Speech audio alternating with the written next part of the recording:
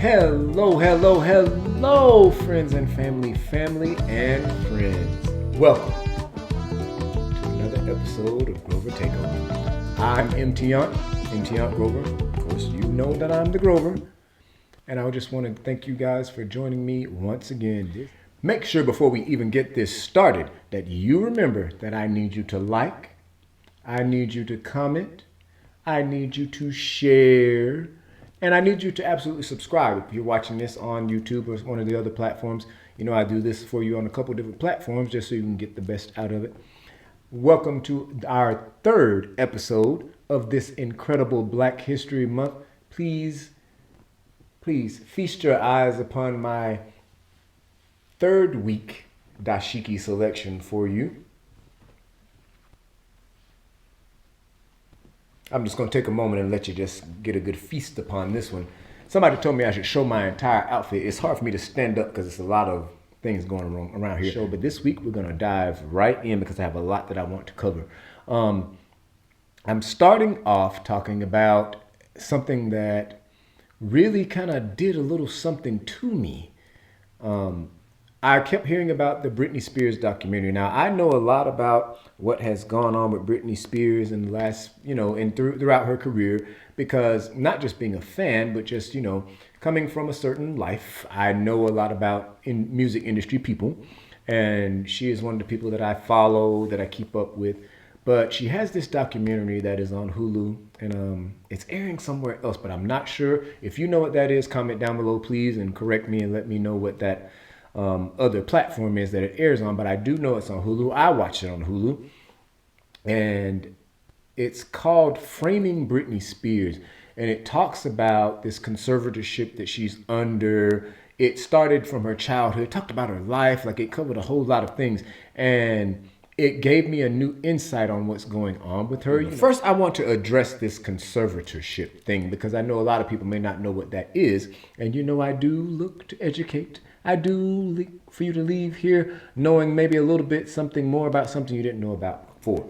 So a conservatorship is when you, say for instance, you have an elderly parent or an grandparent maybe, and they are senile or they have Alzheimer's, something's going on with them where they are not maybe in complete control of their faculties. And by law, there's the chance that someone may be able to take their money, get them out of their money, convince them to give money that's not theirs.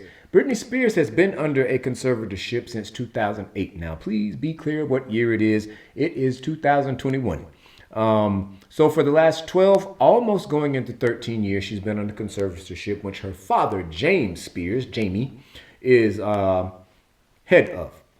There have been attorneys involved. Now, this is a decision that was made by a court of law. Nothing wrong with that. She agreed to the conservatorship because of the fact that she was being denied visitation with her children. So her main reason for doing this was so she could get visitation with her kids. This documentary is about the people that have the Free Britney Spears movement going on. They protest outside of the courts and everything else. But more than anything else, I learned something that I did not realize, and that Britney Spears, when she was singing, I'm a slave for you, like, she literally is a slave. She literally is being held captive, and she is a slave. This all really got started when I try so hard not to do this and cut people up, but I'm about to have to do this today. When that ugly redneck son of a skunk, Jamie Spears, that is her father, grounded her week before last. Now, be clear, Britney Spears is 39 years old. In case you don't know how to count, 39 is the year before 40. This is a damn near 40-year-old woman who has been grounded by her father. Now you're probably thinking this sounds insane. Okay, the reason that this can happen is because in a conservatorship, the conservatee, the person that is under the conservatorship, has no control. This is a woman who has worked and stood up there and danced and popped and locked it for y'all for well over 20 years, is worth $60 million and has absolutely no access to her own money.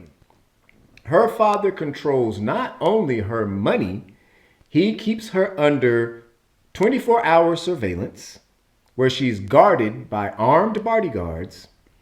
He has control over who can see her, who she can see, and who can talk to her, and who she can talk to. This 39-year-old grown divorcee mother of two went somewhere that her father did not want her to go, and he grounded her 39-year-old behind because he thought that was something to do. In this documentary, I also came to find out that the conservatorship has been turned into an entire business. They're literally using her to make money. He gets a percentage. They did disclose the percentage because I can't remember the exact percentage. I'm not going to quote that. I'll put it in the little comments when I edit my video. But this son of a Jesus, I'm trying not to curse. I'm trying real hard not to curse. But this man is using his daughter and forcing her to do work that she does not want to do so that he can profit from it because he is over the conservatorship. Now, Britney has not for years wanted him to be the head of her conservatorship. She's been saying it forever. Now she has gotten to the point where she is like, I am sick of this. I am not going to keep this up. And she refuses to work until he is no longer the head of her conservatorship. She refuses to work. This is this documentary made me very sad because I cannot imagine as an adult being treated like a child and literally being held captive by your own father. Now, let me be clear, family and friends and family. My daddy is a lot of things, but he'd be a whole fool if he thought he was going to hold me captive as a grown man and tell me what to do every day of my life. This man grounded her for going somewhere as a grown woman that he didn't want her to go, cut off her credit cards, had her locked away in a hotel. Like, Britney Spears does suffer from some mental health issues, but who in the crap do you think you are? I'm laughing because it's so funny when I try not to curse, because I make my own self laugh, because if I wasn't in front of this camera, I might say some words for you. I'm trying to do better. The Lord knows my heart. He knows I'm trying to work on myself. I'm trying not to cuss, but it is hard. It is hard because I just cannot understand this. By law, this man is being allowed to hold his daughter as a slave. Isn't that supposed to be okay? In what planet is that supposed to be okay? I knew I was going to spend a lot of time on this because it upset me when I kept seeing people post on social media how sad the documentary was and how it affected them. People said they were crying, and I was like, well, I mean, it's a documentary about Britney Spears. Are we about to hit me, baby, one more time? And oops, I did it again. And I'm a slave for you. And you better work, bitch. And no, this thing is showing how this woman is being held as a slave and a captive by her own father. And a court of law thought it was a good idea. Now, she does suffer from mental health issues. And so she's agreeing to stay under the conservatorship. She just wants an actual bank to be the conservators, because her father is just profiting off of her. So now she refused to work. But they talked about so many things in this documentary. They even talked about her relationship with Justin Timberlake, which was well over 20 years ago when they were teenagers. And this prompted the next part. I'm going to segue right into this because then Justin Timberlake gets online and Justin Timberlake apologizes. Justin Timberlake is sorry, y'all. He wants y'all to know it. So he got on there and apologized not only to Britney Spears, but he also apologized to Janet Jackson. So any woman that he has wronged a long time ago, he feels bad about it. A lot of people are saying that this is a too little, too late kind of situation. Well, Justin, you know, I try to stay neutral. But I guess I can only be so neutral, seeing as how this is my talk show. I want to err on the side of Justin Timberlake, too, is almost 40 years old. And I want to err on the side of, after seeing himself in this light, he felt it necessary to speak out and apologize for some of the things he did in the past as a young man. Now, he apologized to Britney Spears because he vilified her when it came to their relationship. He made it seem like she did something so horrible to him. He got on the radio and talked about the sex life. They asked him if he hit. He said, "Yeah, I did it. Oops, I did it," and all this other crap. He was young. I'm not gonna start in on him because he did good. He did good. He then went on to apologize to Janet Jackson, and he admitted that he did not take enough responsibility and in what happened. You know, they raked Janet Jackson over the coals for him pulling her boob out at the Super Bowl back in 2004. 2004. He's since then performed and been the whole Super Bowl act at the Super Bowl, whereas Janet Jackson has never been invited back. She's still the villain in all this. But either way, they vilified Janet Jackson, made her seem like she was the worst thing ever because the boob got ripped out. You didn't even see anything. She had a freaking piercing pasty this freaking big that covered up the whole boob. You didn't see anything. But they acted like she went up there and busted it wide open like Hustler magazine in front of the whole world. Nothing like that happened. But Justin Timberlake actually apologized to Britney and to Janet Jackson. He even took responsibility for all of his actions. He said, he's a grown man now. He made it very clear that it's not something he would have done in this day. And then he went on to talk about that devil-worshipping, Baphomet-loving music industry that literally makes women out to be sex objects, but then uplifts the men. He also went so far as to say white men and be very specific about what he was saying.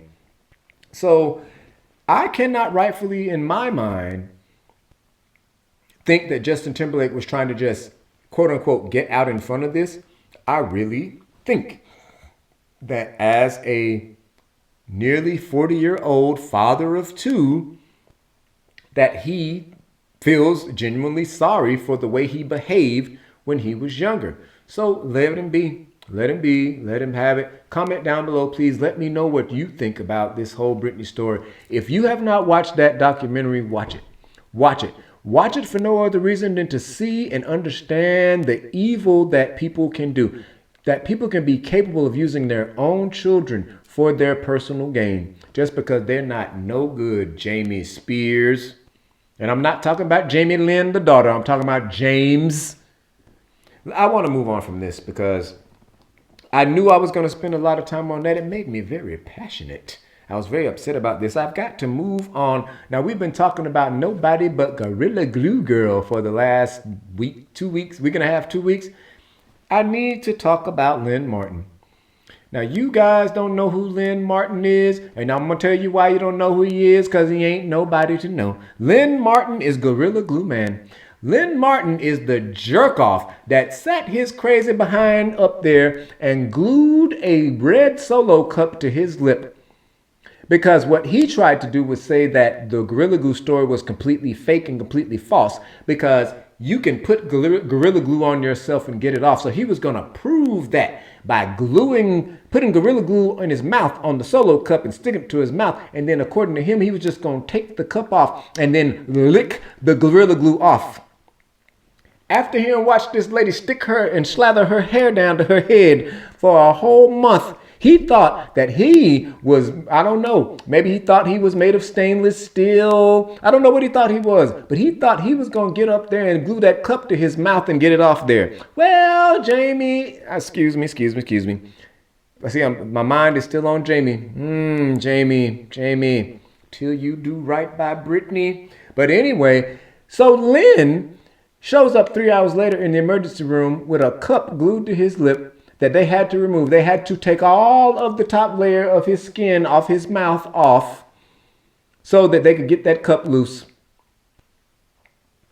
Now, you might wonder why I'm even wasting time talking about this. I'm going to tell you why. But anyway, Lynn Martin is the same jackbutt.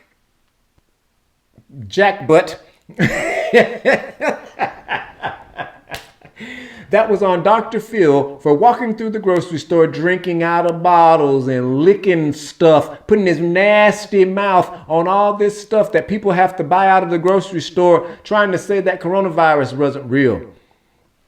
Be clear that he is also a 37-year-old aspiring rapper who got right on the internet. Now, I don't know why they have to interview these people. I don't know why they think we care what these kind of people have to say. I didn't care what Gorilla Glue Girl had to say. But she got up there, they interviewed her. I talked about it, so I'm going to talk about him too. They interviewed this jerk off, and he sat up there saying that he did not do this for a publicity stunt. The person interviewing him flat out asked him, "Are you doing this for attention?" He says to them, "Who wants a Solo cup stuck to their mouth? You stuck the cup around your mouth? You put the glue upon there? You stuck it to your face? You were going to lick it off? Did you lick it? Did you lick it?" In the interview, he had some bandages all across his face with a big mask on and all this other stuff. Stupid. I hate calling. I've said, I think in the last 3 episodes, that I hate calling people stupid. I guess I don't. You are the dumbest. You are the dumbest man walking on this planet. For you to go and stick that crap to your mouth after you've seen that woman's head with her hair stuck to it for a whole month. That Gorilla Glue ain't no joke. That's why they call it Gorilla Glue. What is wrong with you? What is wrong, Lynn? I know what's wrong with you. You want social media clout. You want attention. You want to spawn this rap career that has never happened. So Lynn Martin, please be very clear. I may not be Charlemagne the God. I may not have no donkey of the day to make you, but I'm sure gonna make you the ass of the day. I'm not even gonna edit that out. Not even. I'm gonna leave that right in there. And then I'm gonna move on to my very next thing that I want to talk about, because Valentine's Day was last weekend.